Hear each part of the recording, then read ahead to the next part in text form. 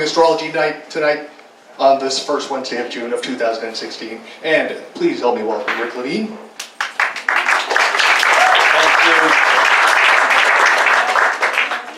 Thank you, Kevin. Thank you, Soul Food, for hosting this wonderful event. Nice crowd tonight. Can we pan the audience? We have been holding Astrology Night on the first Wednesday night of the month for 8 years now, and it's very unusual that Astrology Night on the first Wednesday night of the month falls on the first night of the month. So that's very cool. Unfortunately, often the first Wednesday night of the month can be as late as the 4th, 5th, or even the 6th. So we are upgrading Astrology Night 2.0 starting next time, and from here on until the apocalypse, which I understand, looking at the presidential election, appears to be close. That's the apocalypse close, not the election. Starting for July, we will be holding Astrology Night at SoulFood Coffeehouse, here in Redmond, Washington, on the last Wednesday night of every month. And what that means, of course, is all of our friends out in internet land that look for Astrology Night or the monthly forecast around the beginning of the month won't have to wait until the 6th or 7th or 8th until I get it up online. And so starting this month, the following time we meet here will be on June 29th. June 29th rather than July 6th. June 29th, the last Wednesday of the month, we will look at the astrology for the month ahead, which will be July. But we have June to look at. We'll get there in just a moment. I have a couple of announcements that I want to make. On July 9th, I will be in Chicago. That's a Saturday. The event will be an all-day event sponsored by the Friends of Astrology, and it will be 12 steps to doing better, or to be doing 12 practical steps to doing better chart readings. If you're in that area, visit my Facebook page or StarIQ, STARIQ.com, and you can find out more information about that. That'll be July 9th. There probably will be an event or a lecture on the evening of the 8th, and that will be announced shortly. On July 31st, I will be leading a 4-day retreat workshop at Brighton Bush Hot Springs up in the old-growth forest of Central Oregon, about 2 hours out of Portland, Oregon. And this is a very magical place. I don't want to say too much about it right now, but it will. The workshop title is The Astrology of Relationships, Moving Beyond Venus and Mars. And this will be an experiential astrology workshop. We will be doing physical movement. We will be working within a large chart, acting out interactions in our own chart. It's going to be a lot of fun. It's a very magical place. And that's Brighton Bush Hot Springs, July 31st to August 3rd. The big astrology conference coming up this year is ISAR, the International Society for Astrological Research. That is in Costa Mesa at the Orange County Hilton, down by the beach. And that's October 13th through the 17th. There will be lecturers, speakers there from typically about 30 or more countries. It's definitely an international event. It's also a great party, and it's a lot of fun. It's a 4 or 5 day long conference, and you can check that out online. ISAR Astrology. If you Google ISAR Astrology, you can find that.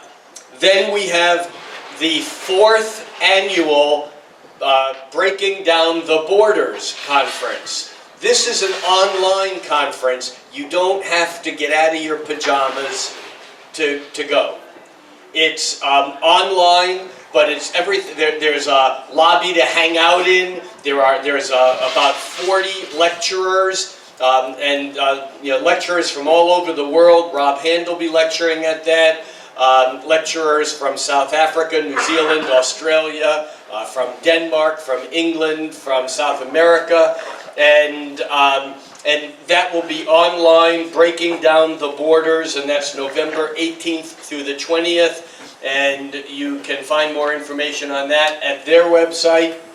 And then my favorite event coming up, or at least I think the one that's going to be the most amazing of all of these, is going to be experiencing the spiritual dimensions of astrology, and that's going to be in Goa, India, on the beach, at a very magical place in India, at Goa, and this is going to be, back is January 20th through the 29th.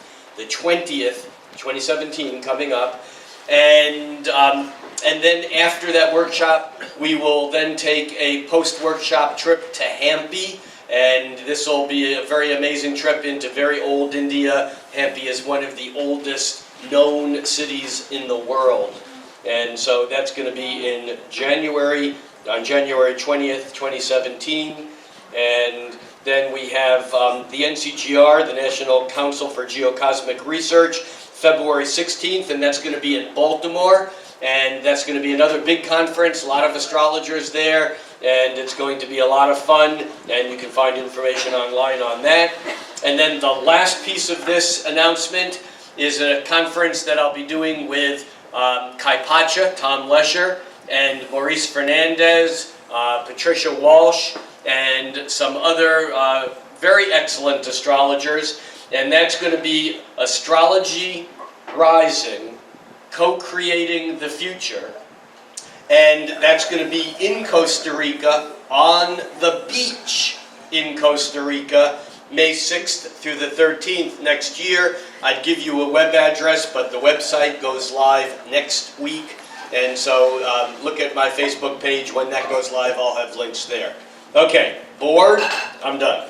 Thank you for your indulgence with that. You know, these events, how many people here were at NORWAC this past weekend? Oh, 1, 2, 3, 4, 5, 6, 7, 8. NORWAC is the Northwest Astrology Conference, and those people who were there know how awesome being at an astrology conference is, being around several hundred people who speak the language, listening to lectures and socializing with others who actually do talk this language. If you've never been to an astrology conference, they are really a lot of fun. The one coming up in Brighton Bush this summer, because of the magic of Brighton Bush midsummer, the old growth forest, the hot tubs, the river that you can swim in right there, the good food, it's good vegetarian, all you can eat food, no internet, no cell phone. It's going to be a magical few days. So, now, I hope all of you people on the internet that didn't want to listen to me telling you about what's coming up for me, now here's the spot. Beep. Okay? Hang on 1 second. I need to. It's very warm in here. Yes. Someone got some music, some burlesque music?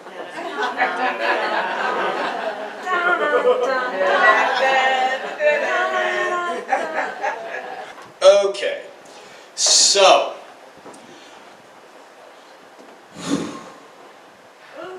what a month it's been. What a month it's gonna be. We're not out of the thick of it yet. Did you have fun last month with the retrogrades? Yeah, can we hear that again? Yeah. So, last month, as you know, we had up to 5 planets retrograde. We had Mercury and Mars and Jupiter and Saturn and Pluto. Well, they're dropping like flies. Jupiter's direct. Yay. Mercury is direct. Yay. That was a pretty pitiful reaction. Okay. You know the Valium that you gave to that person that threw the glass? These other people need some amphetamine or something. Not that I'm promoting any drugs. So we now have Mercury going direct, and we sit with these planets now for pretty much this month. In fact, we do have Neptune turning retrograde on June 13th, and I'm not going to say a whole lot about that.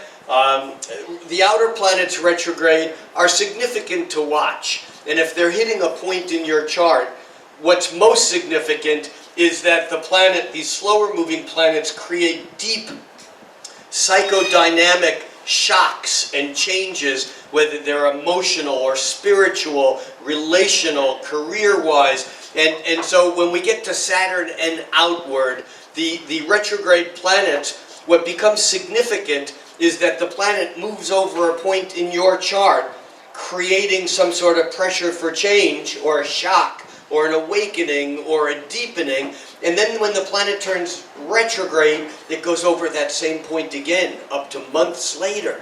And then when it turns direct, it does it a third and final time. And with Pluto and Neptune, it can even be 5 times back and forth, or actually forth and back and forth and back and forth. So the point is that the outer planet retrogrades extend the amount of time that you deal with the issue. And you might think if it's a difficult issue, that's awful. It actually is the other way around, because often when a planet just goes direct over a point in your chart once, a lot happens in a very short amount of time, and you have to deal with it.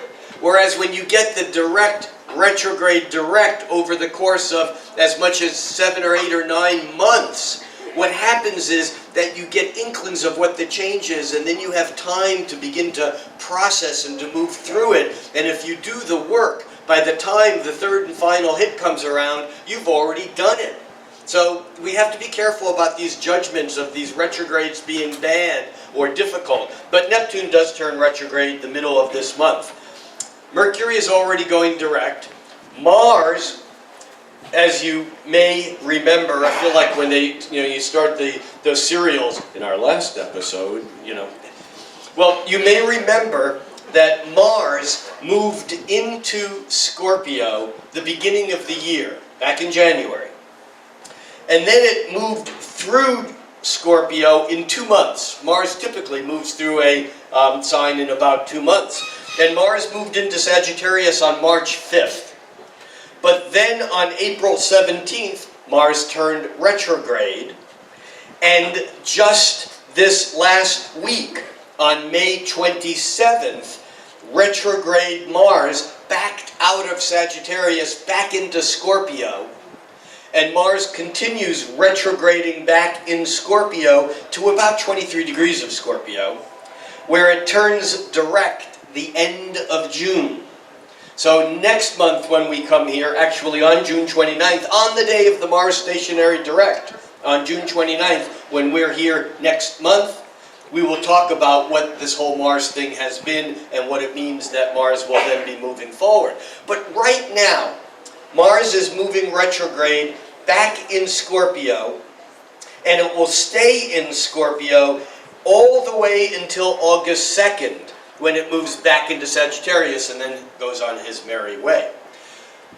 What this means is that all of this month, all of June, with Mars retrograded back into Scorpio, we're getting a redux, a redo of those issues that may have surfaced, not always in easy ways, when Saturn moved through Scorpio over the last couple of years.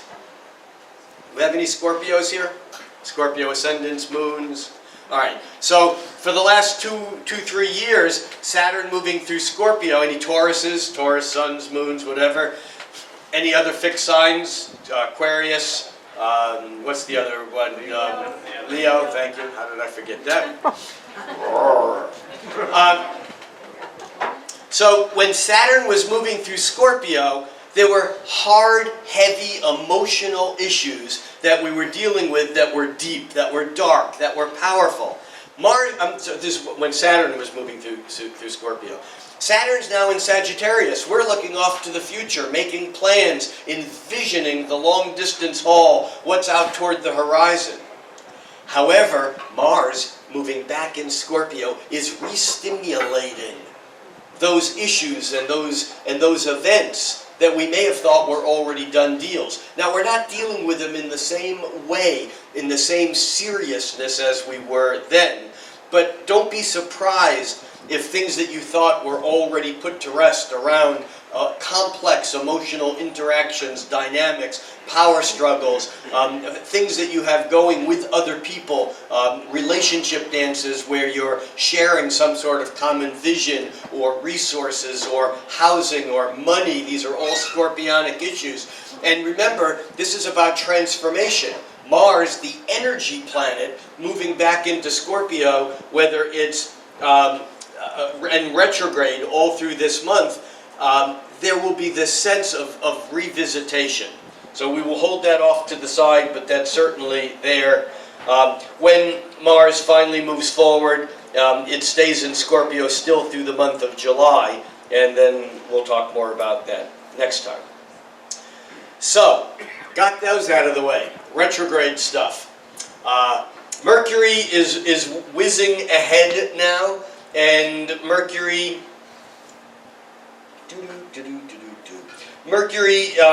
in Taurus, I guess Mercury, even when it's whizzing ahead in Taurus, doesn't move very fast. I mean, the speed is fast, but the thoughts are plodding. Mercury in Taurus is not going to be set off its course. Even though the Sun and Venus are into Gemini, Mercury in Taurus basically says the mind is doing cleanup, it's getting things in order, it's establishing things. I mean, Mercury in Taurus is about thinking about making things real. And that Mercury stays in Taurus until June 12th, when it moves into its home sign of Gemini.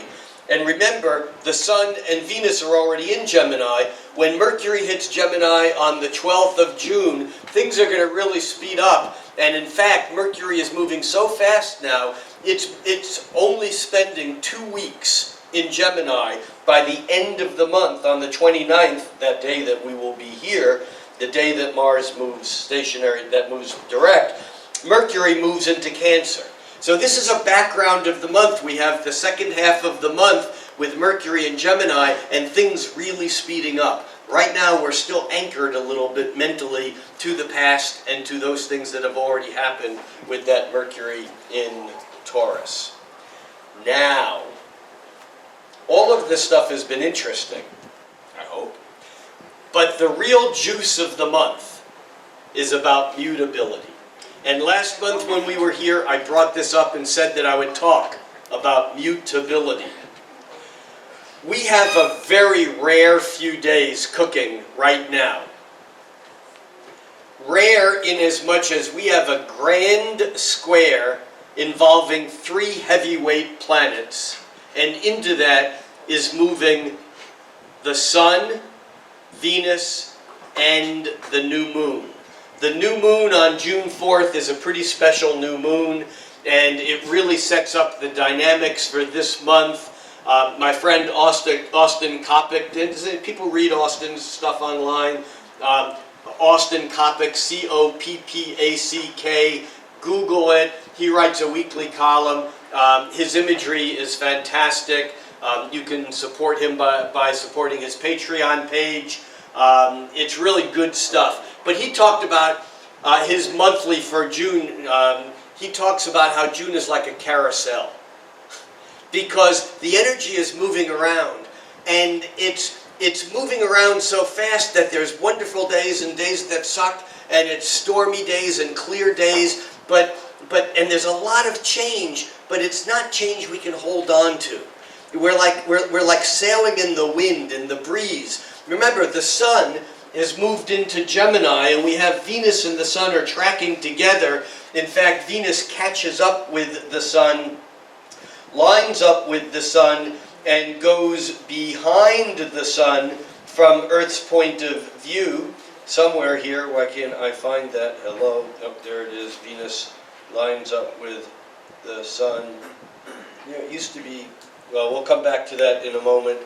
It's not jumping off the page at me for some reason. Venus lines up. Venus is already on the far side of the Sun. We look at a chart and we see Venus lined up with the Sun together.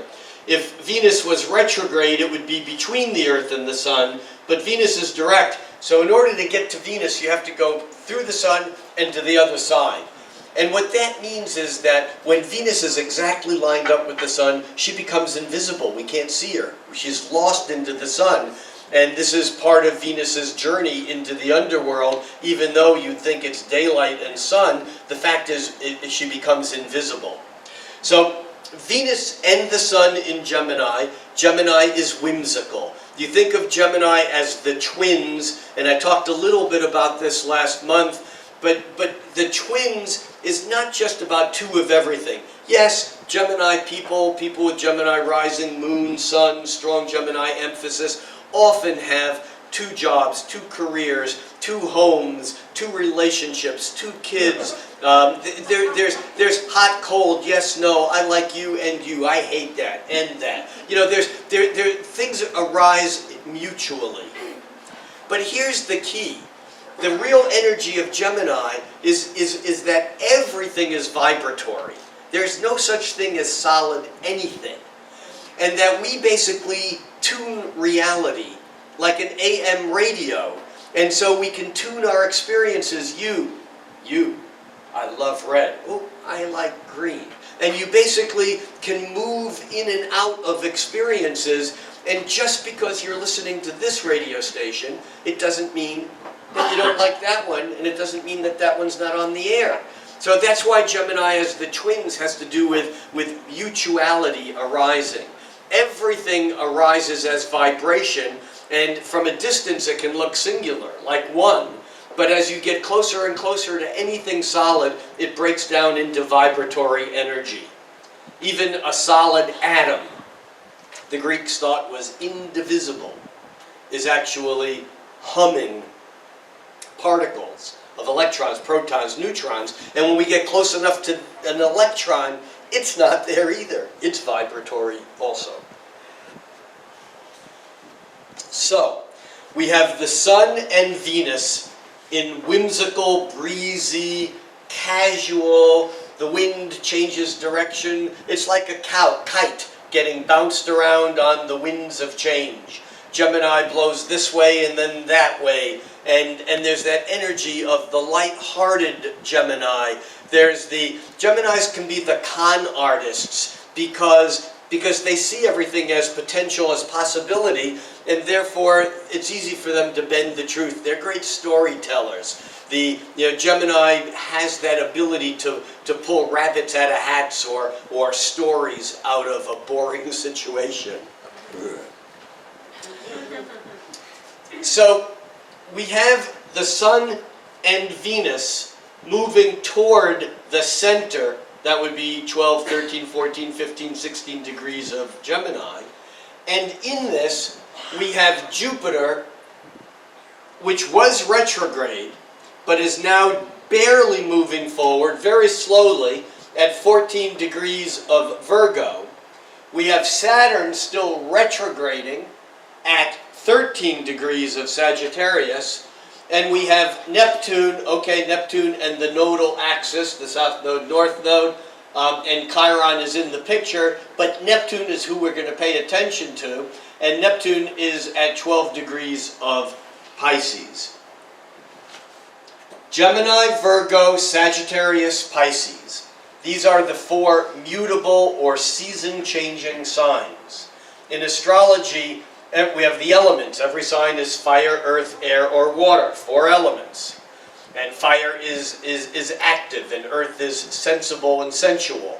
And air is intellectual and mental and interactive. And what did I leave out? Earth is of this, and water is emotional. It's feeling. Fire, earth, air, water. But we also have what we astrologers call modality. And the modes, there are 3, describe all energy, has to start, it then continues, and then it changes. In order to change, it needs to stop. You can even think of taking a walk. Every step you take, there's a push-off, that's the beginning, that's cardinal. Cardinal is the season starting or energy starting signs. Cardinal is about initiation. And the cardinal signs start each of the seasons. Aries starts spring, Cancer starts summer, Libra starts autumn, Capricorn starts winter. And then we have the center of each season. As I'm walking, I start, but when I'm in motion, I'm fixed in motion. Even though I'm in motion, there's a sense of that's what's happening now. You can't get any more spring than central mid-spring, which is Taurus. It's fixed. And you can't get any more midsummer than the fixed energy of Leo, the relentless heat and continuity of that summer sun, always shining. And you can't get any more autumnal than the fixed mid-autumn sign of Scorpio, where the energy is fixed. You're not going to stop the transition from moving on through. And then the midwinter sign, Aquarius, when it's very cold in most parts of the northern hemisphere, and the Aquarius energy is again fixed. But each of these energies then mutates or adapts or changes. And the mutable signs, sometimes called the adaptable signs, change to the next season. Gemini, spring changes to summer. And in Virgo, summer changes to autumn. And in Sagittarius, autumn changes to winter. And in Pisces, winter changes into the new spring. So the mutable signs have to do with energy changing, but it's not the change that happens in cardinality. We're coming off of several years of this big leftover remnant of this square between Uranus and Pluto. This was like an initiation into a whole new ball game over the past 5-6 years. We're in that ball game now. Now we need to adjust to it. That's what's going on. And this month, the need for adjustment is as strong as it gets. We have, in astrology, when you have two planets 90 degrees to each other, that's considered stressful. It's a dynamic stress. If you have two planets opposite each other, that's a tension. They're pulling in opposite directions. And stresses, 90 degrees, tensions, 180 degrees, they need to be resolved. We have a situation where we have the Sun and Venus, Jupiter, Saturn, and Neptune, each opposite in a tense tug of war with one planet, and 90 degrees to two others.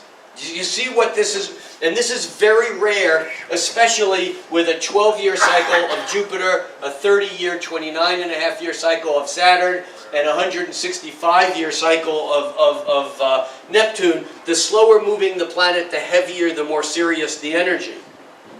This is a pretty dynamic change. But what's changing? We don't know. What's it changing into?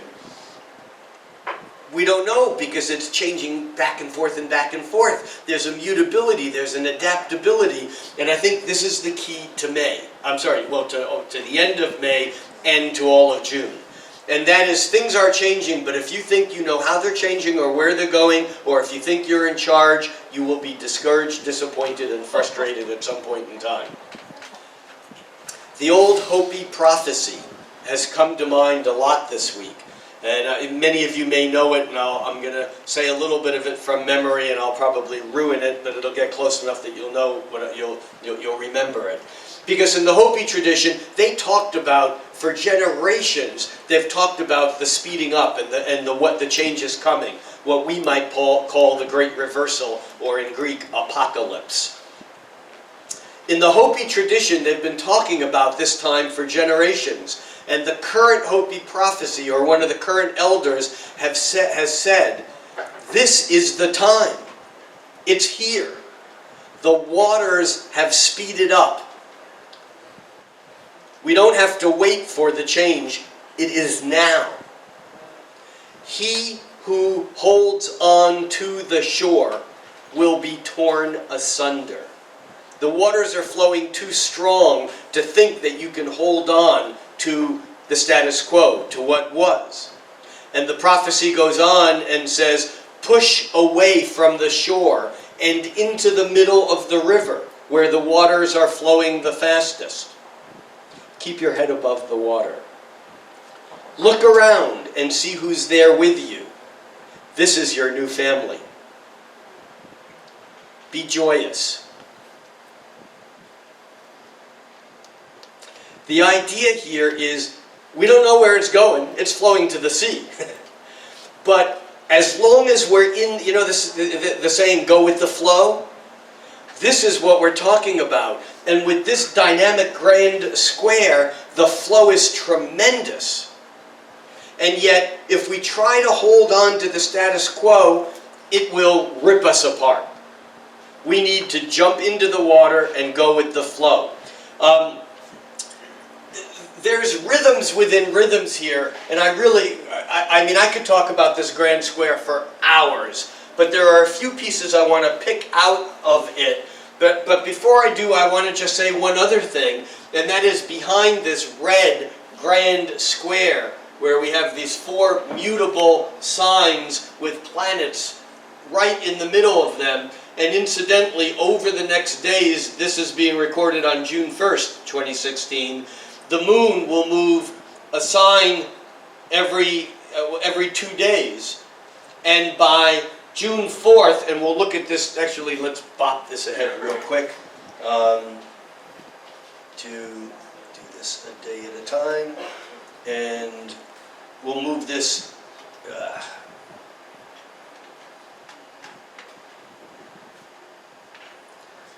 so there's June 2nd, 3rd, there's June 4th, actually it's going to be the night of June 4th, it's going to be late the night of June 4th, the new moon is at.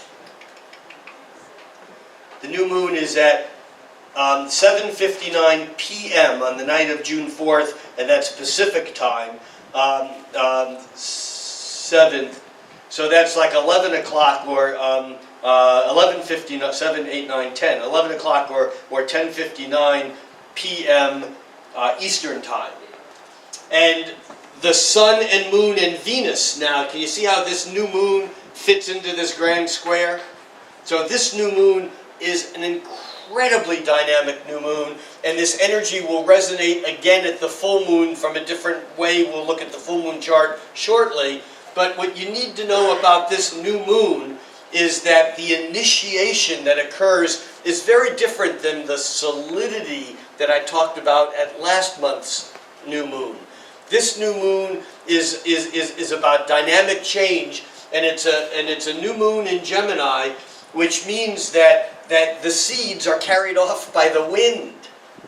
We don't know where they land, we don't know what they'll grow, but the intention is still important, and it's very dynamic because of the amount of inherent adaptability or change. But there's something else that's cooking behind this, and that's this blue triangle. And I want to back this up a couple days to make that triangle a little bit thicker. We could actually even back it up to the end of May. And we talked about this last month at the end of May, this trine between Jupiter, which is one of the points on the grand square, Jupiter in earthy Virgo, harmonized or trine to Pluto in earthy Capricorn, harmonized or trine to Mercury in earthy Taurus. This is an equilateral triangle called a grand trine by astrologers, and this is the singular most stable form in nature. The grand square is totally unstable. In mutable signs, it's even less stable than normal, but a grand square even in earth signs is unstable. It's inherently dynamic. Well, a grand trine is not dynamic. It's static. It's stable. In ancient astrology, grand trines were considered to be the ultimate blessing because they showed up and they just, it's like superconductive energy. It just flows. Sounds cool, unless you're in a shitty pattern and you can't break it. From a psychodynamic point of view, grand trines suck because it's really hard to break out of them. There's no such thing as, you can show me any aspect in a chart and say that's a bad aspect, and I can show you people who have that aspect who turned it into something miraculous. And you can say that's an amazing aspect. A Venus-Jupiter conjunction, the two most wonderful planets up there. Venus, the planet of love and money and sensual beauty and pleasure. And Jupiter, the planet of bigger and better and more. And I'll show you the chart of someone whose life has been ruined by some addiction. Now, don't get me wrong, I'm not saying that every Venus-Jupiter person has an addiction, but it's like knows no limits to the pleasure. Or someone who's incredibly wealthy, who's unhappy. And again, we just need to be careful about this good news, good planets, bad planets, good aspects, bad aspects. However, as we're looking at this grand square today and through the new moon, it's important to understand that behind all of this fickle, whimsical, changeable, adaptable, Gemini, lighthearted, easy-flowing, changing energy, the mutable signs, behind that, we still have remnants of this grand earth trine that says, plant your feet in the ground, or plant a seed in the ground, and nurture it. And no matter how much the winds change, no matter how much you're blown off course, keep coming back and nurturing that seed that you planted. So, how can we say that both of these things are going on? Welcome to the real world, where you have something in your life that's awesome and something that sucks at the same time. And I'm not saying either of these are awesome or suck, I'm just saying they're very different energies, and yet they're tied up in this beginning of June. And the fact that while this is all going on, we have Mars backed up into Scorpio is kind of an interesting thing, because that Mars backed up into Scorpio becomes a key player in and out of the month, especially as Mercury moves. Remember I said earlier that around the 17th, I think it was, the Mercury moves into Gemini, on the 12th, Mercury moves into Gemini. However, just a couple days prior to that, on the 9th, Mercury, as it's moving into Gemini, forms a trine with Mars. And here we have an absolute easy-flowing energy between Mercury, the mind, communication, and Mars, the assertion and what it is that we're doing. All right, let's do a time check. Okay, let's move on. Oh, no, before we move on, I wanted to put a couple of these aspects into a temporal perspective, into perspective in time. Because often these slower moving outer planet transits, like Jupiter opposite Neptune, or like Jupiter square Saturn, or like Saturn square Neptune, all of these are going on right now. They're all in their own rhythm, and they all happen in 3 phases because of the retrograde thing. And so the energy that we're dealing with is not just about this week. For example, Jupiter squared Saturn for the first time last August, the beginning of August. And actually in last year, in August's astrology night, in the August forecast, I talked about peristalsis. Does anybody remember that bunch? Okay. Peristalsis, the action of expansion and contraction that we use to move unconsciously, meaning that we don't do it consciously, that food is pushed down the esophagus and through the intestines. It's like the boa constrictor eating the mouse. Sorry for you vegans out there. And the waves, the successive waves of expansion and contraction push that lump through the digestive system. Same thing happens in our own system. Jupiter is expansion, Saturn is contraction. And so these waves of expansion, contraction, the good news, opportunity, yes, meets the you can't, oh no, I have to deal with this first. No, Saturn, Jupiter, Saturn, that began back the end of July and beginning of August last summer. And then phase 2 on that cycle was the end of March. And so you can look at these dates and see anchor points, and then the third and final Jupiter-Saturn square will be already was on May 26th. So this particular cycle technically is over. And in fact, Jupiter is moving away from Saturn now, but it's still close enough that it's being drawn in by all these other planets. So that's the expansion-contraction cycle of Jupiter and Saturn. Then we also have the cycle of Saturn and Neptune. And Saturn squared Neptune for the first time around Thanksgiving of 2015. For those Europeans and Aussies listening to this online, that would have been November 26th of 2015 when that was exact. Saturn, again, contraction, pulling in, making it real. Neptune is, it's illusory. So what happens when Saturn squares Neptune is that it's hard to know where the boundaries are. The containers are leaky.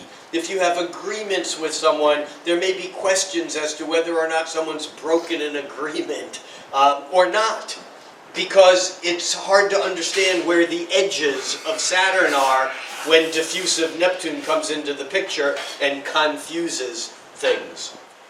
So that opening wave was back at the end of November, and on June 17th, we have the second of three of these confusing, where's the structure, who's in charge? Look at this presidential campaign.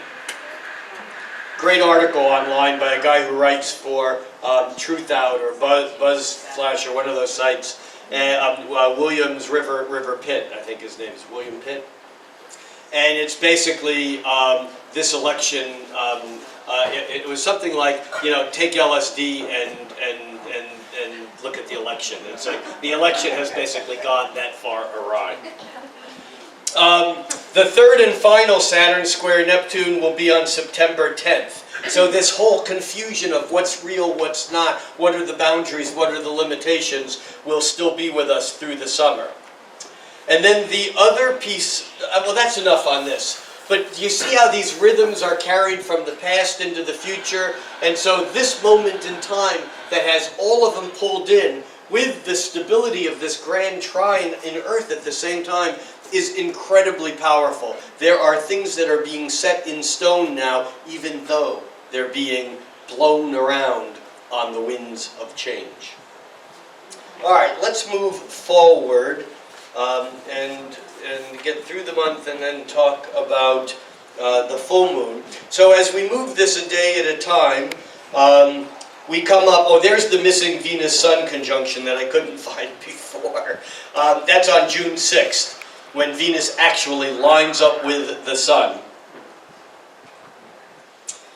We have Mercury moving opposite to Saturn. We have Mercury moving opposite to Mars on June 9th.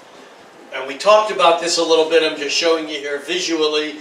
Mercury, the communicator planet, still in stabilizing, sensible, down-to-earth, grounded Taurus. Taurus is determined. Mercury in Taurus speaks in full sentences and starts every sentence correctly and gets to where it's going, even if it takes so long you want to kill the person talking. It doesn't matter. The cows will get back to the barn in time for the milking. There's that sense of methodical plodding that happens. Even though we're running all around here and we like the idea of being free and flying up in the clouds, that Mercury is just plodding and continuing to plod. And yet for the day or two when Mercury is exactly opposite Mars, we're fired up. What does this mean? This means that on June 9th, give or take a day or two, be careful about getting involved in ego skirmishes and conflicts that are about stupid, trivial things that just don't matter. Because we're all cruising for the bruising. There's that sense of someone says something and we're ready to hit. I don't mean physically, although it can be that. I don't mean that. There's that, because it's Mercury, it's intellectual, it's mental. So there's this sense when Mercury and Mars are kind of stressed out, we're ready to do a little combat. It's a great day to schedule a debate. Someone that you wanted to have something out with, if there's something that you wanted to have out with someone, This is a great day to set the rules and sit down and go at it, because there's the energy of Mars that is built into this.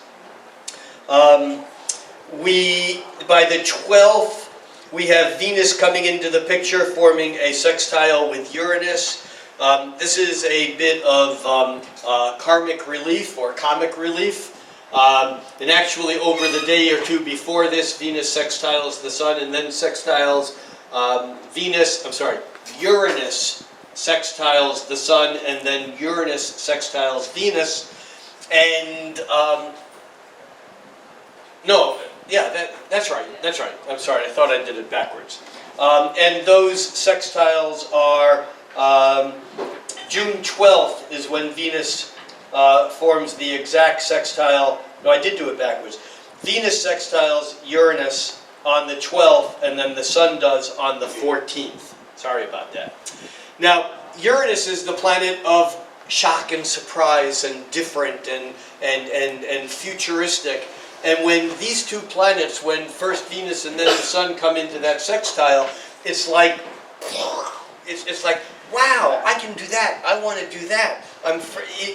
There's this whole sense of being attracted to things that are different and new and out of the box. And it doesn't mean that we need to follow through on everything. It doesn't mean we need to follow through on anything. But it's a really good exercise to see what comes up during this time. And if you're in a relationship where you get to share your fantasies with a partner, this is a great time to do that. Not because it's fantasy prone, it's possibility prone. It doesn't mean you need to act on it, but there's that the barriers open up or fall away, and you can see potential that didn't exist otherwise. That's on the 12th through the 14th. Then on the 17th, we have the Saturn square Neptune. We talked about that. And again, that's, there's a concept, an alchemical concept, that every reaction needs a container. It's called an alembic, is the Latin word. That was the glass retort that held the reaction. Well, Saturn, Neptune certainly can be a vivid imagination around things that are real. Saturn, Neptune. Neptune, imagination, dreams. Saturn, real. It also can be a leaky alembic. Sounds horrible. But there's that sense of loss of container. And so sometimes when Saturn and Neptune square, we really need to pay extra attention to where our energy goes. It's easy to exhaust yourself because you do too much and because your energy is escaping in ways that you don't even realize it.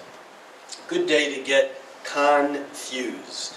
The word confused, we've talked about this at some point in time, I'm sure, here. But fuse means two things melting together.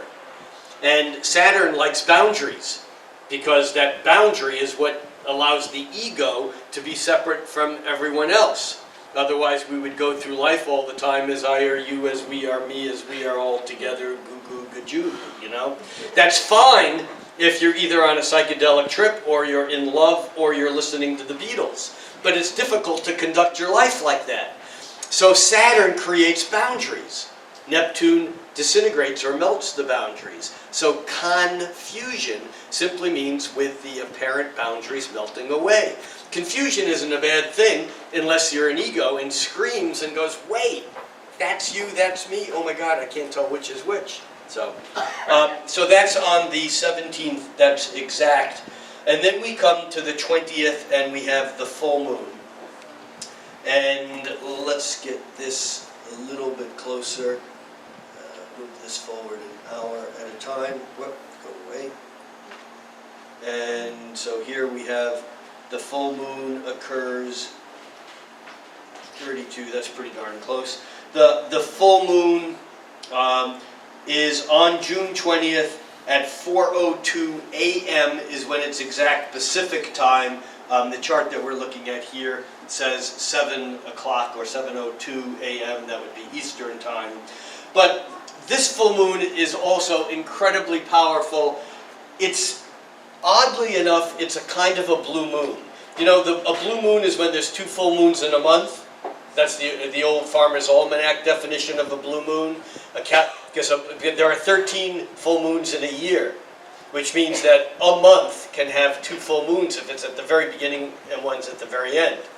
Well, we have kind of an astrological blue moon because the last full moon on May 20, whatever the date was, does anyone have the date? At the end of May, that full moon was a full moon at the very beginning of Sagittarius. Now we have a full moon at the very end of Sagittarius. So we have the second Sagittarius full moon in 1 year. An interesting thing, is it incredibly important? I don't know that it is, other than it gives us another chance to see the distance, to see what's out in the open. The last full moon at the beginning of Sagittarius had Saturn to move through. And Saturn in Sagittarius was restricting, holding back. This full moon is freed from Saturn, and so I think there's a bit more open energy to it. But look, that grand square, even though the Sun and Venus has already moved into Cancer.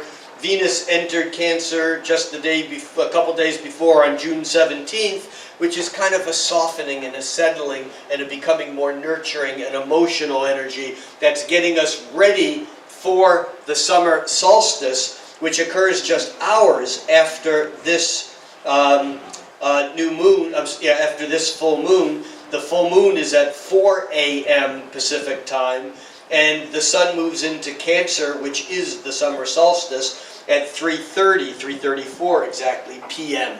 So it's just 12 hours later, the season changes. So what's interesting here is that even Venus, although Venus and the Sun have moved away from that grand square, this full moon is still resonating with that grand square because Mercury has moved into Gemini and has picked up the position where the Sun and Venus are now. You see? And so now we have Mercury, which is coming, it's exactly opposite Saturn at the full moon.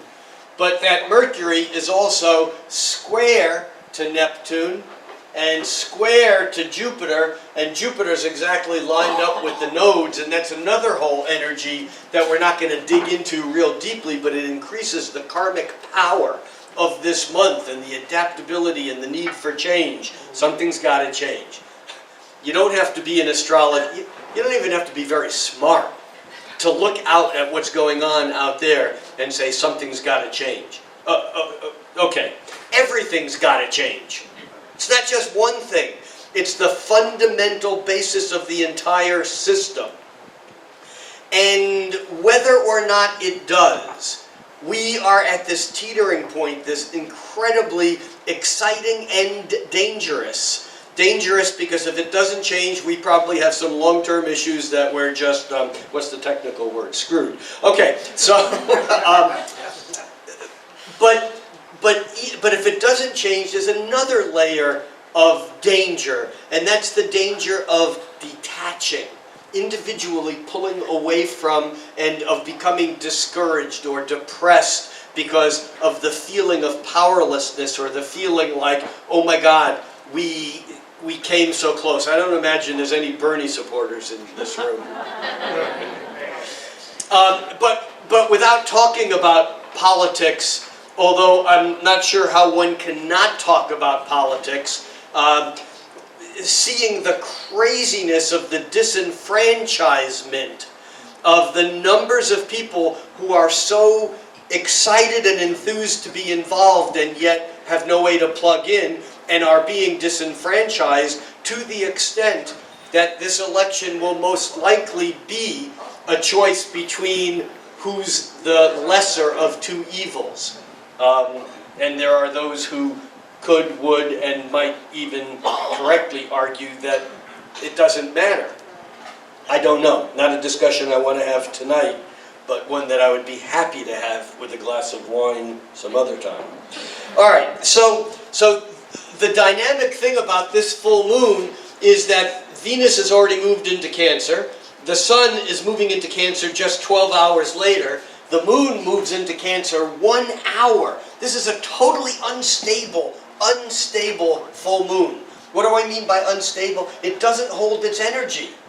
because it's at such a late degree of in the chart. In fact, in traditional classical astrology, this moon would be called void of course, meaning that there's no aspect for the moon to make. There's nothing for it to hang on to after it opposes the sun. It's a very short void of course, but it's only like a half an hour, and it's like and then everything changes. The moon moves into Cancer, then the moon picks up on the opposition to Venus, then the sun moves into Cancer, and we see very quickly in July the dispersing of this moment that we had, where everything might have changed if only we fill in the blank. Do you see the delicacy of this moment? It's very, very powerful. And yet with that Mercury so exactly opposite Saturn, it's almost like that Mercury in Gemini has all the right thoughts, all the right ideas. We know what could be done. We can see the possibilities. And Saturn says, no. And yet, we may be surprised. I mean, I was talking with a friend at NORAC over the weekend. We were talking about death, and I was reminded of Bob Hope's not so famous but very true last words. His wife said to him, he was like on his deathbed and very close. And his wife said, honey, we've never talked about this, but where do you want to be buried? It's true. And he said, surprise me. That's what this full moon is. We might think this whole election process is over. Whatever totally discouraging scenario you might want to create. Or for those of you who have exciting scenarios and have a candidate that's in the running, bless you. I'm not looking to start a political discussion here. However, this Grand Square in this month still holds some of Bob Hope's sentiment. Universe, surprise us. But it's not going to do it without our involvement. And whether we're talking about a global, international, political, economic, social level, or whether we're talking about a relationship on a one-to-one relationship with a spouse or with our parents or with our children or with our business partner, there's dynamic change or mutability, but our involvement. There's something here about the Buddhist concept of attachment or non-attachment. You know about the Buddhist vacuum cleaner? It comes with no attachments. But there's something about the engaging in the dance, but with enough room so that whatever occurs, you still you still have to dance with it, whether or not it's the music that you put on. And I think that's really where this month goes, and the culmination around the 20th on the full moon. The sun then moves into Cancer just a few hours later, and in fact,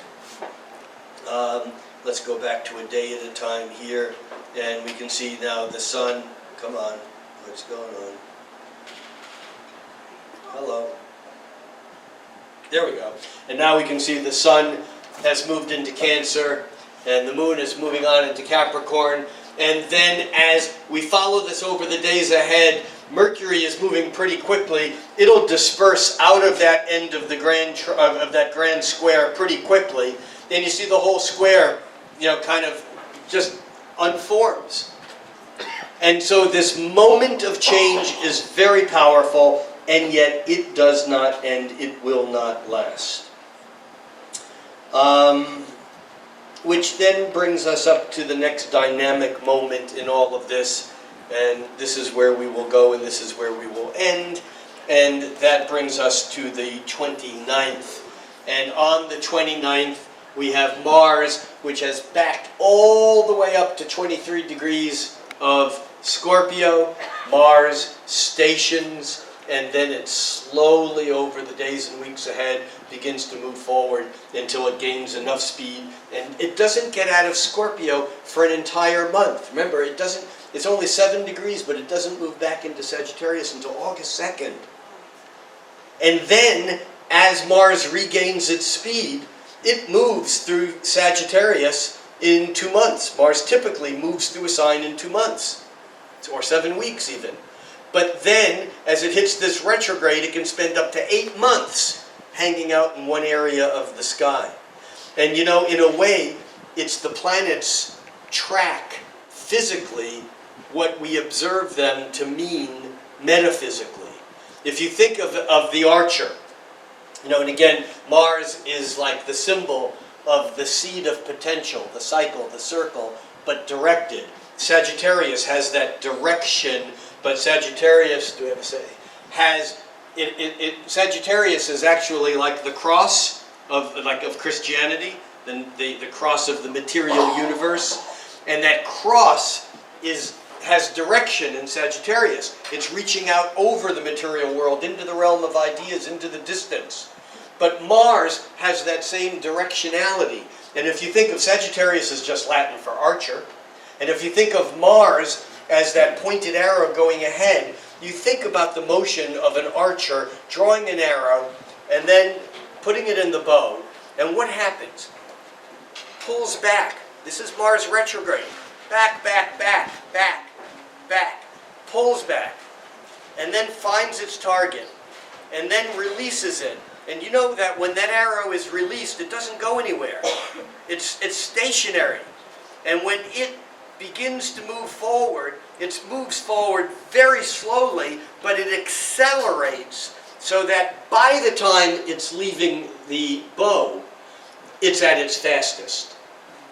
But if you think of it, the moving forward, the year of Mars moving ahead through 11 signs, and then there's 8 months of pulling the next arrow and stringing the bow, and then this retrograde motion, it's very similar to how the ancients saw Mars travel in the sky. It's like this retrograde, retrograde, retrograde, and then whoosh, Sagittarius, Capricorn, and just fast. So it takes 8 months in one sign, and then it goes through each of the other signs in less than 2 months each. So Mars here on the last day of the month, it's like we've had about as much remedial crap as we can deal with. And then there's some light at the end of the tunnel, and we begin to move forward. And of course, the other thing that happens on that same day that Mars turns direct is that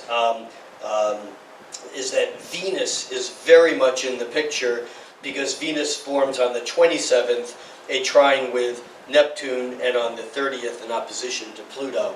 So we have Venus here in Cancer, forming first a trine with Neptune, and then an opposition to Pluto and a sextile to Jupiter. Now, this is a whole different energy. Remember that grand square. Jupiter opposite Neptune. This is the opportunity and the potential for growth. Jupiter has been opposite Neptune, the dream, the potential, the possibility. That has been stressed out and tense. And now as Venus moves into it, that energy moves by the end of the month. And yet Venus opposite Pluto says the feelings here are intense, powerful, and deep. And we will be here, for many of us will actually be here that night, on the night of the 29th. And I would imagine that there will be some there will be some stuff that will be going on that will be out of the ordinary, based upon how this grand square unfolds and how it culminates around the full moon, and what happens here as Mars. See, Mars right now is as close to Earth as it gets. The stress, the tension, the anger, the frustration, the angst is all kind of peaking right now. And the question is, where are we going to go with it? What are we going to do with it? And I think to bring this back around to each of us in our individual lives and our individual charts is, what are we going to do with it? What areas of your life over the past 5-6 years, since Uranus moved into Aries in 2010, 2011, 2012, 13, 14, 15, when Uranus was squaring Pluto, kind of re-amping all of the issues of the Uranus-Pluto conjunction in the mid-60s, sex, drugs, and rock and roll, racial inequality, gender equality or inequality, ecological issues, power structures, people in the street rebelling, the voices of the people coming up against the wall, against the machine. All of this stuff has been back around again, and many of us felt it as early as 3, 4, 5 years ago with the Arab Spring, the Occupy Wall Street, the Occupy anything, everything. I mean, the energy was there. Has that energy died? Not at all. It's still coming up. And it's still going to come up in ways that we don't know. And this whole mutable grand square and what's going on now, the question becomes, where in your lives, individually, are you dealing with these issues that have come into being, pushed up to the edge over the last 3, 4, 5, 6 years? And how now, sounds like a poem, how now, Brown Cow, no.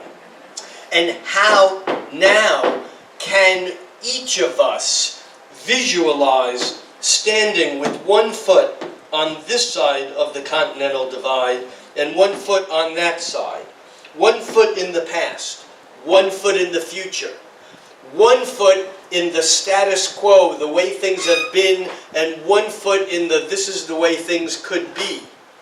And forget about, for a moment, well, don't really forget about it, but set aside for a moment presidential politics, global weirding or warming.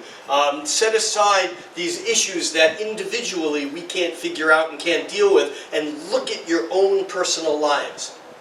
Because the global issues are just reflections of the issues in our individual lives. We may not be able to fix global warming or patch up the narcissistic hole in the head of Donald Trump, but we can attend to them in our own relationships in our own lives. And if everyone did that, not that I have the hopes for everyone doing that, but if everyone did that, then the global problems would just go away. They wouldn't need fixing. And so during this month of mutability, of adaptability, the koan, the mantra, it's not a koan because a koan doesn't have an answer, it's a mantra. The mantra is, where in my life do I see the need for change? And how can I let go of those things that I thought were important so that I can affect the change that I need? Unfortunately, often we have things in our individual lives that, whether we're holding on to consciously or unconsciously, prevent the actual changes that we're trying to make. And so what can you do to process these areas that you may believe are so important to you? Your food, your diet, your lifestyle, a relationship, a job, whatever. Look and see, what is it can you give up? What can you sacrifice to the God of change to open up room so that you can adapt to whatever it is around the next corner? We're on a bit of a roller coaster ride here, and although it's been a roller coaster ride for 5 or 6 years now, and it may not be as emotionally draining this month as it's been at times, the fact of the matter is that the only time, this is a teaching of Dzogchen, which is a branch of Buddhism, the only time that anyone can ever reach enlightenment, the only time ever, is now. In the present moment. And this is an example of this whole month is an example of the ephemeralization, is that a good word? The ephemerality, I don't know what the noun would be, of the translucence, of the temporality, of the, there's a word, gossamer, what's the word? There's a word that has to do with how things are not, they're Evanescence is a good word. But there's something about this moment that we can't put our finger on, and yet it's all right about now. It's all here and now, to quote my Aries brother Ram Dass. And so the question is, how can we bring the energy to now and work with it in the moment, knowing that we don't know what's around the next corner?